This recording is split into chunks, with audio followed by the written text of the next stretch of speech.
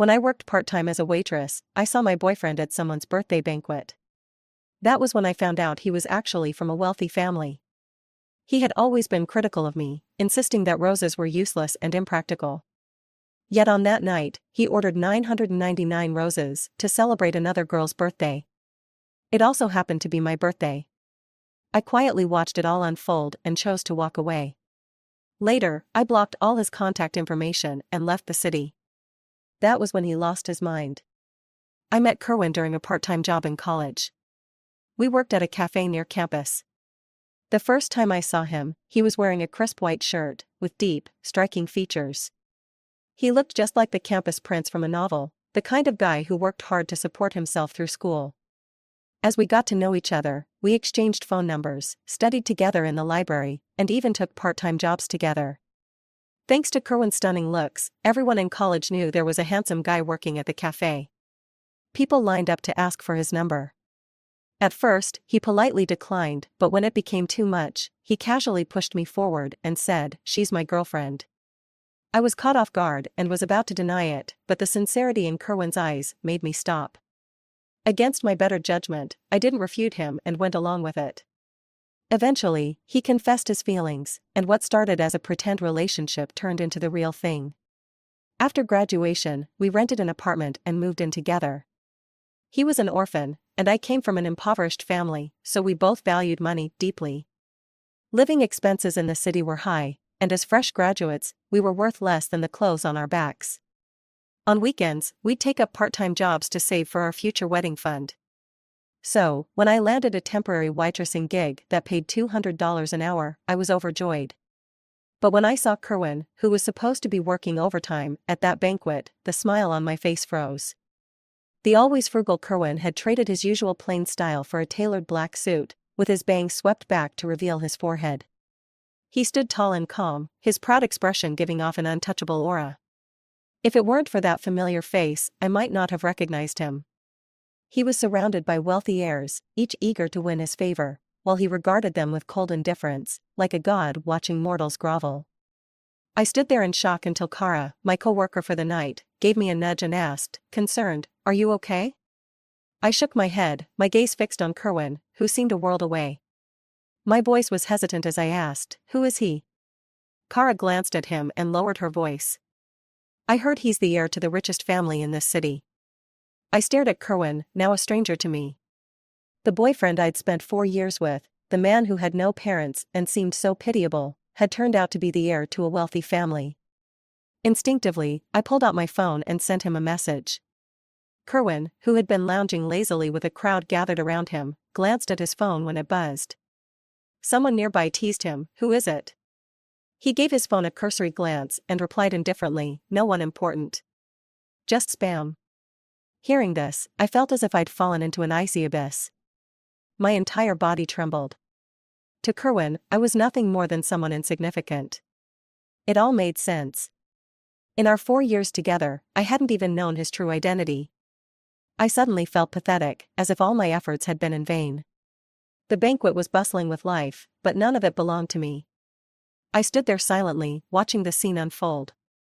A woman in an elegant evening gown sat beside Kerwin, her proud expression paired with flawless makeup making her look like a princess straight out of a fairy tale.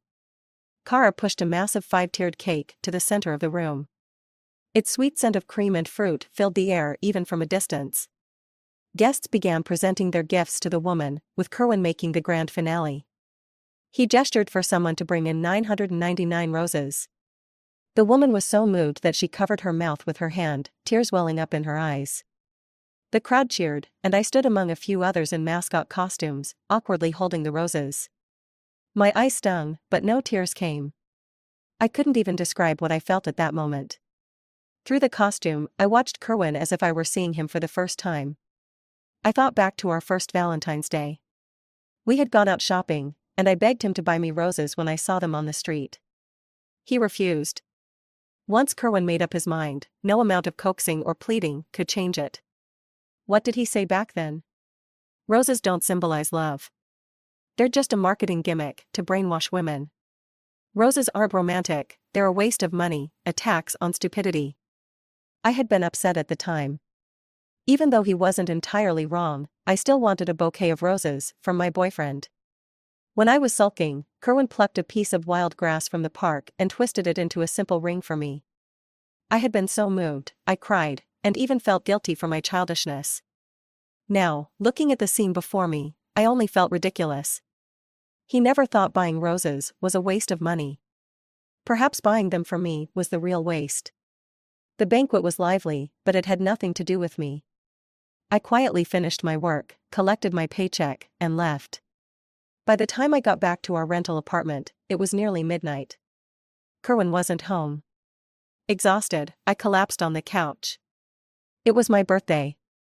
I had planned to use the money from this gig to buy myself a cake and a small gift. But on the way home, I felt completely dazed and went straight back without stopping anywhere. Looking around at the familiar furnishings and decorations, I thought about how we had built this home together over the years. We had even promised to save up and eventually buy this place. That promise had kept me working hard. Even on my birthday, when I saw the $200 an hour job, I couldn't pass it up. After all, what else could I do? If I hadn't gone, I wouldn't have learned the truth. But would that have allowed me to keep deceiving myself? I hugged my knees on the couch, unsure how much time had passed, before I heard the door open. Kerwin was back. He had swapped his luxurious suit for his usual white shirt, once again looking like the ordinary man I thought I knew. I stared at him, saying nothing. Kerwin changed out of his clothes and walked over to hug me. I pushed him away, looking at the exhaustion on his face, and asked, "Why didn't you reply to my message?" Kerwin's expression stiffened momentarily before returning to normal. "Sorry, I didn't see it. You have no idea how much overtime I've had today," he said with a hint of grievance on his face. If I hadn't seen him at that party earlier, basking in everyone's attention, I might have believed his act. "Do you even remember?" I asked, my voice dry and hoarse as I spoke slowly. "Today is my birthday." I had thought his excuse about working overtime was true, and maybe he'd surprise me afterward. We'd been together for 4 years, and for the first 3, he always celebrated my birthday with me. But now, it's clear, he simply forgot. Or maybe, he's just grown tired of me. He forgot his official girlfriend's birthday but went out of his way to celebrate someone else's with 999 roses he's never given me. My nose stung as tears threatened to spill, but I held them back. Kerwin had clearly forgotten. He frowned, apologized, and promised to make it up to me tomorrow with a gift. I didn't respond. He thought I was upset about not getting a present, so he half-heartedly comforted me before falling asleep. I didn't throw a fit or say anything. I just watched his sleeping face. The face I had memorized countless times suddenly felt unfamiliar. We've had arguments before, even broken up temporarily, but it was always just out of frustration. This time was different. "Kerwin, this time, I'm really done with you." I submitted my resignation letter at work. I didn't tell Kerwin and booked a train ticket to City Z. As I left, I took one last look at the city. This was the city where my dreams with Kerwin began.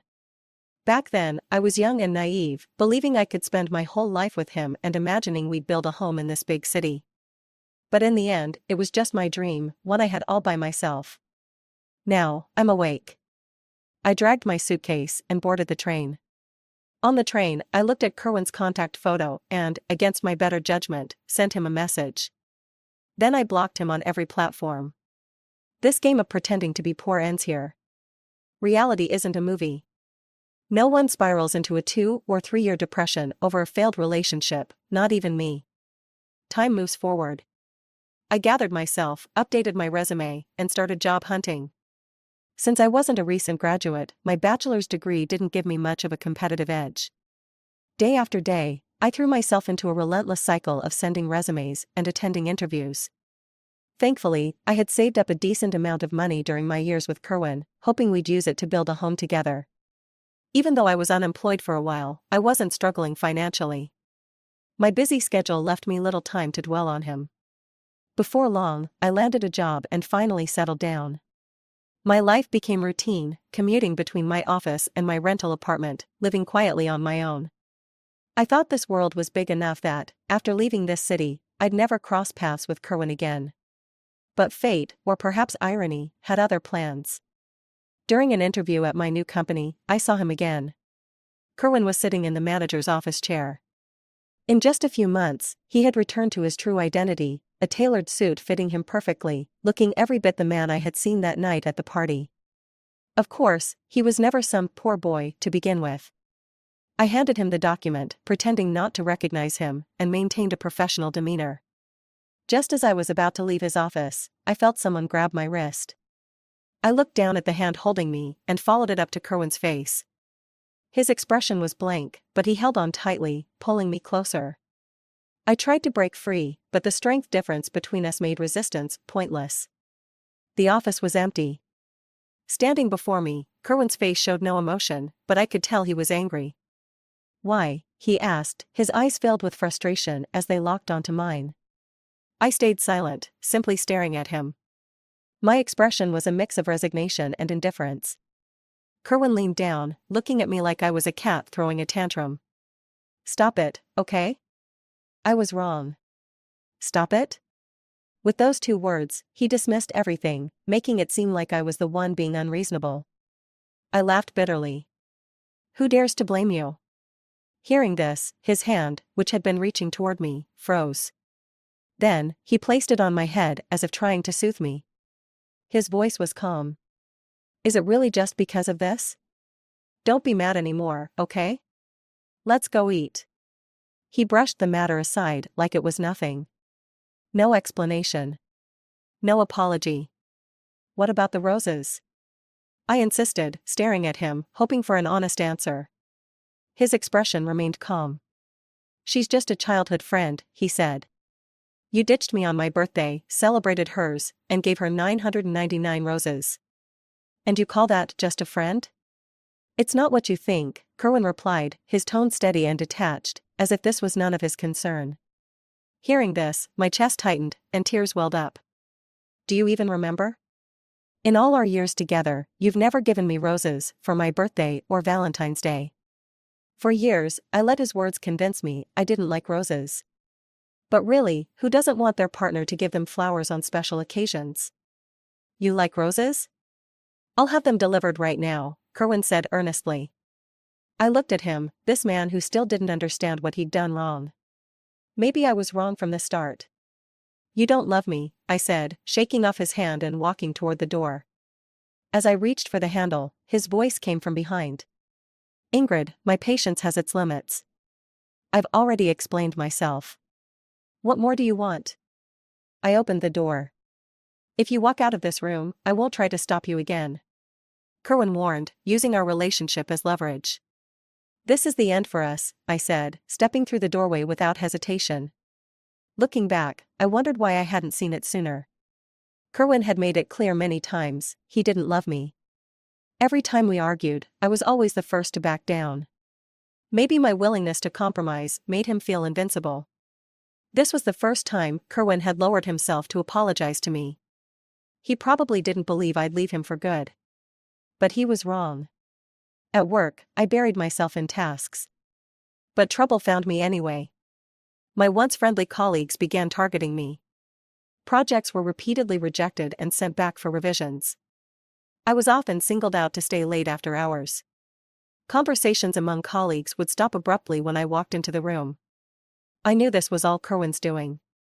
After 4 years together, I understood him better than anyone. He seemed indifferent on the surface, but he held grudges. What he once directed at others, he now turned on me. That night, like clockwork, I was left alone in the office to work overtime. The empty room echoed with silence as my thoughts drifted. I couldn't help but remember how Kerwin used to be when we first met. Back then, maybe it was the novelty, but he was always so gentlemanly. In the early days of our relationship, we'd often go to the library together. He'd patiently explain assignments to me, and when I got distracted staring at him, he'd tap my head with a pen, his ears turning red as he told me to focus. Maybe it was the freshness of it all, or maybe, in some fleeting moment, Kerwin truly loved me. But now, I no longer care to figure it out. A lie is still a lie. No matter how beautifully it's wrapped, its essence will never change. It must have been the relentless overtime these past few days that left me slumped lifelessly in front of my computer. I hadn't even finished the work in hand when my department manager called me into his office for one of his usual lectures. It was nothing more than a stream of harmless criticisms, but as I watched the balding middle-aged man grimace and rant, I couldn't help but recall his sycophantic demeanor in front of Kerwin. The contrast was almost comical. I knew exactly what this was about, currying favor with Kerwin. The manager's fleshy face contorted dramatically as he pointed a finger at me and launched into a tirade of insults. Before I could even process what was happening, a steaming cup of coffee was dumped over my head. The hair I had carefully styled before leaving home that morning was now soaked with thick, scalding coffee. The hot liquid dripped down my hair, onto my cheeks, and soaked into my clothes. I looked utterly pathetic. The door behind me creaked open, and in walked Kerwin, accompanied by the girl from his birthday party. Standing there, drenched in coffee, I felt an overwhelming sense of humiliation. Kerwin glanced at me briefly before shifting his gaze to the manager. The once arrogant manager immediately stood up from his chair, bowing and scraping before Kerwin. Kerwin, ever composed, motioned for the girl behind him to take a seat and then began discussing work-related matters with the manager. I stood there silently, as though I didn't exist. The office seemed to contain only the three of them. The girl, seemingly unaware of who I was, smiled sweetly at me and pulled a pack of tissues from her bag, handing it to me. I hesitated for a moment but eventually took it. After wrapping up his conversation with the manager, Kerwin turned to me with a warning tone in his voice. "If you're not capable of doing the job, just quit." At that moment, I felt suffocated. He knew full well that all of this had been orchestrated by him, that the manager was acting to please him.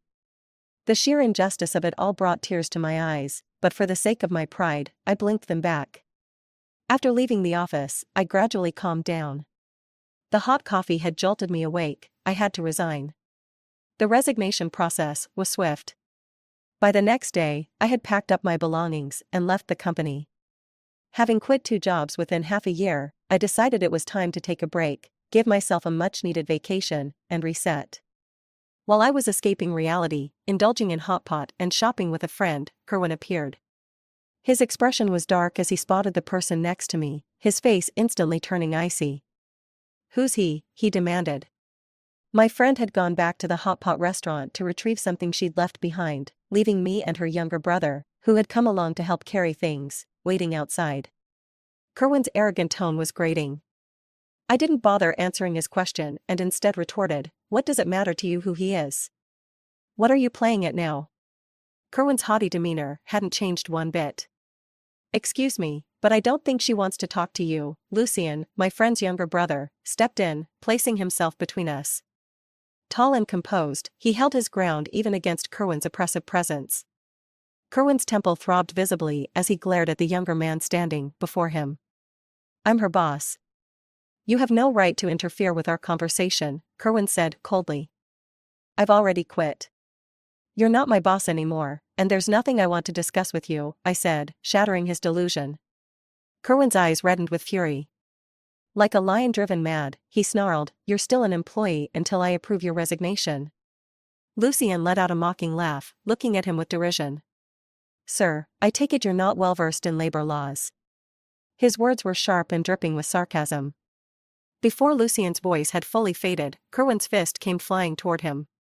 Lucien barely had time to dodge, and the punch grazed his cheek, leaving a red mark. The impact made it clear that Kerwin had put all his strength into it. Lucien, a 20-year-old brimming with youthful pride, instinctively wanted to fight back. But seeing me behind him, he held himself back, covering his face with his hand. I rushed forward, examining the mark on his face. "Are you okay? Does it hurt?" Lucien, still holding his cheek, looked at me with reddened eyes, like a child who had been wronged. Seeing that he wasn't seriously hurt, I was overcome with guilt. My friend had asked her younger brother, who was studying at a university in Z City, to accompany me, and now he had gotten hurt because of me. I turned to Kerwin with a mix of blame and anger. "I don't think we have anything left to talk about. We broke up a long time ago. From now on, we're just strangers. If you continue to harass me, I'll report you for stalking." Kerwin froze, caught off guard by my words. He glared at Lucien, as if contemplating shoving him aside to grab my hand. But Lucien reacted quickly, blocking him before he could act. Realizing he was at a disadvantage, Kerwin softened his tone. "Can't we sit down and talk this through?" he pleaded, his usual arrogance replaced by desperation. But I looked away, my voice cold and distant. "There's nothing to talk about." With that, I grabbed Lucien and walked away, leaving Kerwin standing there, fists clenched tightly as he watched us leave. After the incident, I decided to thank Lucien by treating him to a meal. He accepted gladly. But even then, Kerwin couldn't leave me alone. He appeared again, soaked from the rain, his disheveled hair dripping water down his face. He looked like a man abandoned by the world, his eyes filled with hurt. "Ingrid, I know I was wrong," he said, his voice trembling. "I was just so angry when you left without a word. That's why I acted like that." Even now, he was trying to justify himself. I cut him off, my tone firm. "I'm not interested in your excuses. We're done. I told you before, if you show up again, I'll call the police." "So, are you leaving on your own, or should I make you?" Kerwin hesitated, seemingly wanting to say more. "Are you done?" "The meat's ready," Lucien's voice interrupted. He appeared, his hair slightly messy as if he'd just gotten out of bed, a deliberate move to irritate Kerwin. I chose not to expose him. Kerwin's face darkened further as he glared at Lucien. "Why is he here?" Lucien raised an eyebrow, feigning confusion. "Why wouldn't I be here? Surely, you don't think her ex-boyfriend should be here instead?" The way he emphasized ex-boyfriend made Kerwin's expression even uglier. "Ingrid, you told me you loved me," Kerwin said, his voice laced with desperation. For the first time, the situation was beyond his control. His words sounded utterly ridiculous to me. From the very beginning, it was him who lied to me, dismissed me, and deliberately made me suffer. And now, he has the nerve to act like the victim? How convenient. I turned my gaze toward Lucien. Lucien, catching my look, tactfully pretended to have something to do and walked away. Perhaps out of concern, he left me with a parting line: "If you run into trouble, just call me." Now it was just me and Kerwin. Kerwin, seeing Lucien leave, thought he might still stand a chance. There was a flicker of hope in his eyes. But before he could say anything, I cut him off. "Kerwin, don't you think you're pathetic? When you questioned me, did you ever reflect on yourself? Did you ever think about your own mistakes? From the moment we met, you've been hiding things, lying to me. And when the truth came out, you brushed it off with a flimsy excuse, not even bothering to explain properly. I want to ask you, what exactly is this love you claim to have for me?" Kerwin, cornered by my questions, was about to defend himself. But I didn't give him the chance and continued. "Now you're coming back to me, acting as if your love is some grand gesture that'll make me turn back to you? Do you think I'll still orbit around you like I used to? That I can't live without you in my world? How ridiculous, Kerwin. Let me make this clear, there's no chance for us anymore. From the moment we reunited, and you dismissed your years of lies with a single careless sentence, we were done." Kerwin grabbed my shoulders, his eyes reddened as he stared at me. "Listen to me. I love you. I really do. I just. Just what?" I looked at him coldly, watching his helplessness and disarray. "You just don't love me. You just saw me as a toy to play with, didn't you? Admit it, Kerwin. You don't love me, you only love yourself. You're coming back to me now, because you can't stand the idea of losing." It was as if I had hit a nerve. Like a cat whose tail was stepped on, Kerwin panicked. He tried to prove his so-called love for me, spewing a bunch of meaningless words in a desperate attempt to justify himself. I didn't want to waste more time on him and told him to leave. Before he could say anything else, I shut the door in his face and walked back into the room. Jenny, my roommate from high school and college, had been there to witness my relationship with Kerwin from our university days through our early careers. When she saw me return, her eyes lit up. "So? How did it go?" I was confused and sat down in my chair. "What do you mean, how did it go?" Jenny pressed on. "You and Kerwin?" "Oh, we broke up." What else could it be? Having finally seen Kerwin's true colors, I didn't feel the heavy sadness I used to when we broke up. It was more like a burden lifted, a sigh of relief. Jenny's excitement grew. "You really broke up?" You're not going to soften up and take him back, are you? Her skeptical look didn't surprise me. After all, when I was with Kerwin, my life revolved around him. If I wasn't with him, I was working part-time jobs.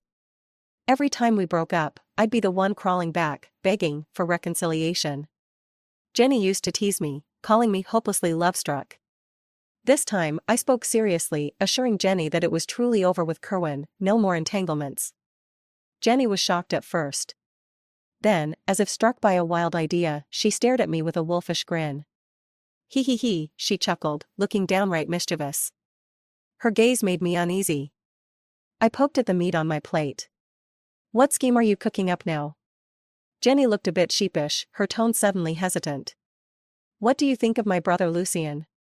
I glanced at Lucien, who was sitting nearby, quietly putting meatballs into the hot pot and thoughtfully sharing the cooked meat between our bowls. He looked every bit like a caring, domestic type. Handsome, driven, considerate, a great young man, I replied sincerely. Jenny's expression turned cautious as she probed further. So, what if you? Realizing where this was going, I quickly interrupted her. Lucien had stepped into the kitchen, and I seized the moment to breathe a sigh of relief. Stop talking nonsense. Jenny grinned playfully. I'm just trying to help you heal, you know. Lucien's perfect, good-looking, kind, never been in a relationship, rich, and caring. Enough. I cut her off firmly. We're not a match. Besides, he's too young. I'm not interested in your brother. Seeing how resolute I was, Jenny gave up. All right. Such a pity, though. That kid's had a crush on you for years. Her words caught me off guard, and I nearly choked on my water.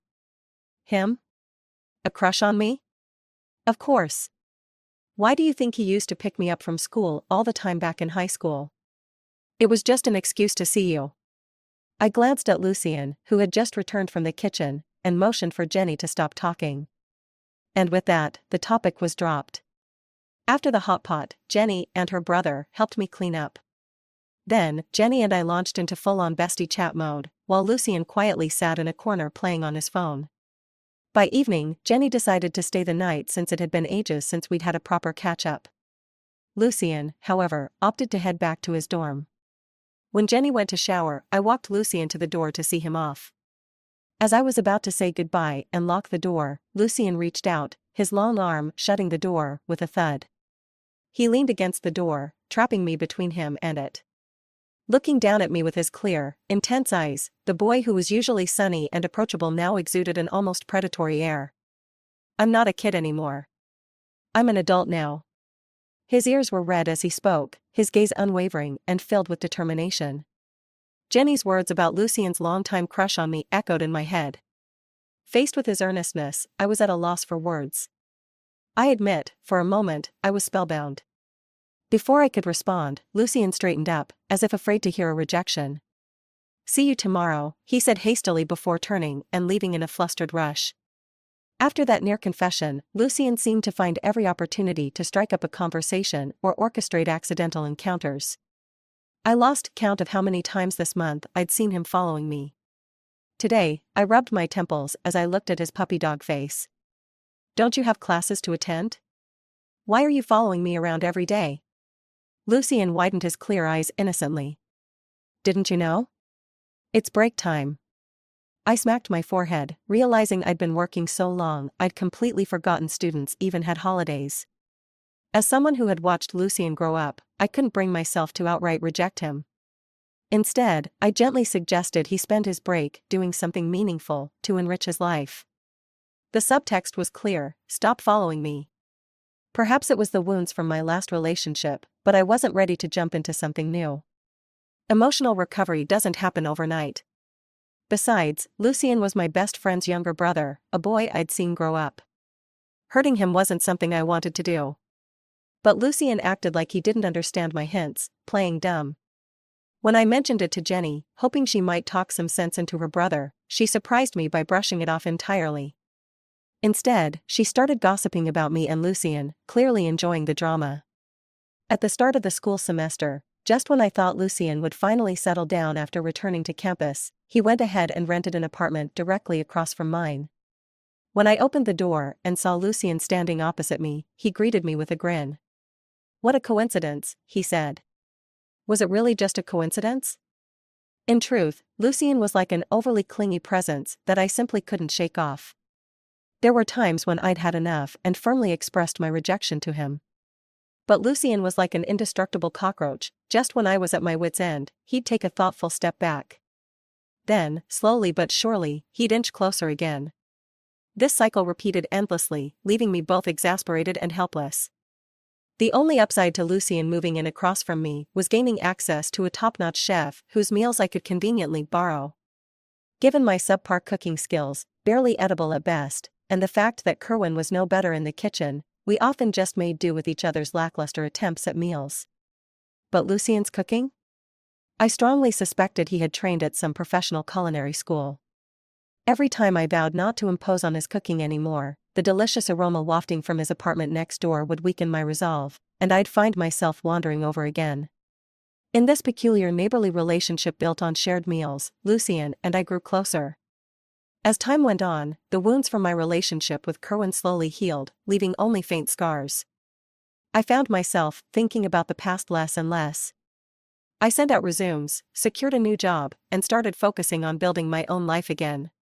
Once I started working, Lucien would wait for me to get off work every day. Over time, this evolved into him picking me up after work. At first, I told him not to bother, but he insisted. And so, our relationship settled into this strange in-between stage, more than friendship, but not quite lovers. Lucien never pushed for more. Apart from being incredibly good to me, he held back, afraid of putting too much pressure on me. Everything changed one evening on my way home from work. I ran into a drunken thug who started harassing me. Before I could react, Lucien appeared and, seeing what was happening, punched the guy several times without hesitation. It wasn't until the police came to mediate that the situation finally ended. Lucien walked away from the fight with a gash on his face from the scuffle. As I treated his wound, he sat there quietly, staring at me intently. When I moved my hand away, Lucien grabbed it. His voice was steady yet gentle as he confessed his feelings to me. He said he was terrified of what might happen if he failed to protect me. I couldn't deny it, I was moved. So, I said yes. Lucien wrapped me in his arms, grinning like a giddy fool, as if he were the spoiled son of a wealthy family who had just gotten his way. I saw Kerwin again at a class reunion. The once dashing man who had always cared about appearances now seemed utterly defeated. He sat alone on the couch, drinking excessively, a shadow of his former self. A few old classmates mentioned that his family's company was on a steep decline, and Kerwin had lost all motivation. His family had already begun grooming a new heir. After the reunion ended, I waited at the door for Lucien to pick me up. Kerwin, reeking of alcohol, approached me. Just as he opened his mouth to say something, Lucien's car pulled up. Kerwin froze, his expression filled with sadness as he asked, "Are you with him now?" I got into the passenger seat of Lucien's car and glanced at Kerwin, who was standing by the road. Speaking in the tone of someone addressing an old friend, I said, "The past is in the past. What's meant to be let go should be let go. I wish you happiness moving forward." Lucien leaned over to buckle my seatbelt before starting the car. Through the rearview mirror, I saw Kerwin cover his face, crouching down like a helpless child, sobbing in regret. But unfortunately, there's no medicine for regret in this world. End.